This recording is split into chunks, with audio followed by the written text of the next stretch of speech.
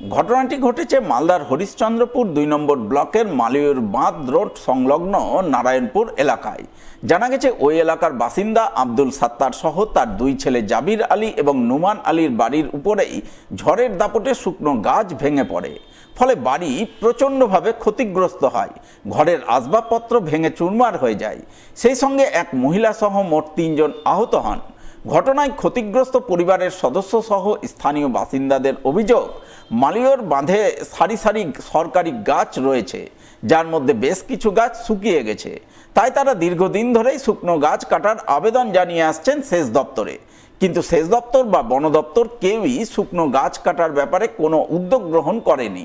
ফলে একটু ঝড় বৃষ্টি হলেই মাঝে মধ্যেই শুকনো গাছ হুড়মুড়িয়ে ভেঙে পড়ছে। এমনই এক শুকনো গাছ পড়ে বৃহস্পতিবার বড়সড় বিপত্তি ঘটেছে। তাই তারা চান সেচ দপ্তর বা বন দপ্তর দ্রুত শুকনো গাছ কাটার ব্যাপারে প্রয়োজনীয় উদ্যোগ গ্রহণ করুক। যে ঘরের উপরে গাছটা পড়লো, আমরা ওই সেচ দপ্তরকে যেটা ভালুকা বলছে সব ডকুমেন্টস সব কিছু পেটালছিলাম।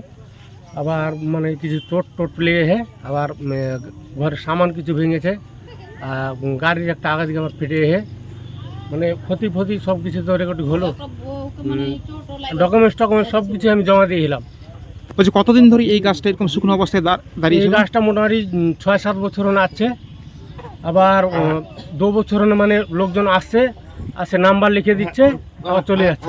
জিজ্ঞাসা করছি কবে কাটবে, হয়ে যাবে ১ মাস পর, ১৫ দিন পর, এরকম বলছে আর চলে যাচ্ছে।